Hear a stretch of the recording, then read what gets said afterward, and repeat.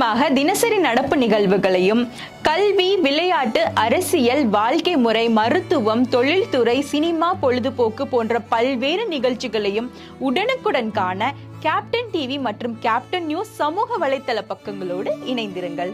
உங்கள் வணிகத்தை captain TV மற்றும் கேப்டன் நியூஸில் விளம்பரத்தின் மூலம் மேம்படுத்த விருப்பமா? உடனே கீழே கொடுக்கப்படும் எண்ணிற்கு தொடர்பு கொள்ளுங்கள்.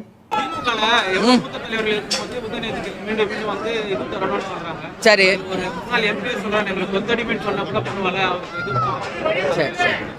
நான் இன்னைக்கு வந்திருக்கிறது எங்க மாவட்ட செயலாளருடைய மகளோட திருமண விழா. அதுல பங்கேற்கிறதுக்காக இன்னைக்கு நான் வந்திருக்கேன். நீங்க திமுகவை பத்தி கேள்வி எங்க கிட்ட கேக்குறீங்க. அவங்க கட்சிக்காரங்க ஏத்துக்கிட்டா அதை பத்தி எங்களுக்கு எந்த கருத்தும் இல்லை.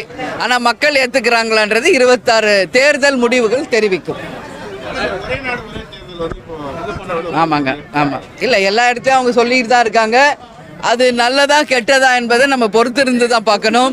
ஏன்னா செலவு குறையும், ஓட்டு காசு கொடுக்கறது குறையும், சட்டம் ஒழுங்கு சரியாகும், நிறைய இருக்கு. ஆனால் இது சாத்தியமா அப்படிங்கிறது ஒரு மிகப்பெரிய ஒரு கேள்வி. அதை எப்படி அவங்க கொண்டு வர போறாங்க, எப்படி அதை சாத்தியப்படுத்த போறாங்க என்பதை பொறுத்திருந்து பார்ப்போம்.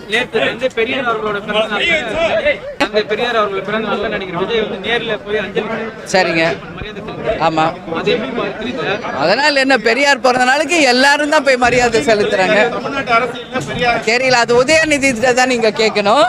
ஆனா மூத்த தலைவர்களுக்கு பிறந்த நாள் என்றால் போய் மரியாதை செலுத்துறது நம்ம தமிழ்நாட்டின் கலாச்சாரம்.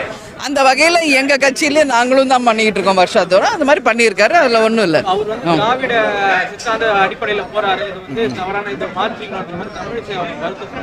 அதாம்மா, ஒவ்வொருத்தரும் ஒரு கருத்து சொல்லுவாங்க. அதுக்கெல்லாம் பதில் என்கிட்ட நீங்க கேட்கக்கூடாது.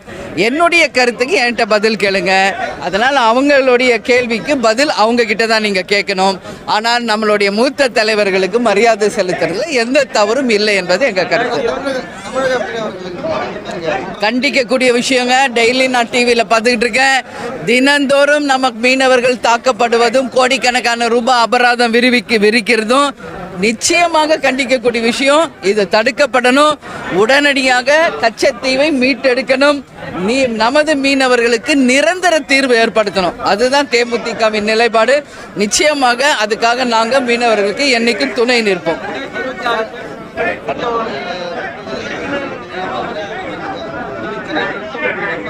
இல்லை, சட்டம் ஒழுங்கு மிகப்பெரிய கேள்விக்குறி, உங்களுக்கே தெரியும். ஏன்னா இன்னைக்கு டாஸ்மாக், கஞ்சா, கள்ளச்சாராயம், பாலியல் வன்கொடுமை, எல்லா சட்ட ஒழுங்கு பிரச்சனையும் இருக்குங்க. இது நிச்சயமாக இரும்புக்கரம் கொண்டு அடக்க வேண்டியது தமிழக அரசினுடைய கடமை.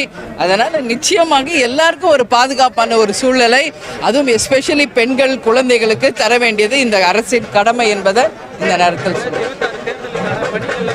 எல்லாமே நாங்கள் ஸ்டார்ட் பண்ணிட்டோம் எங்களுடைய வேலைகளை. அதனால தேர்தல் வர்றதுக்கு நாங்கள் தயாராக இருக்கோம். நன்றி, நன்றி, நன்றி, நன்றி.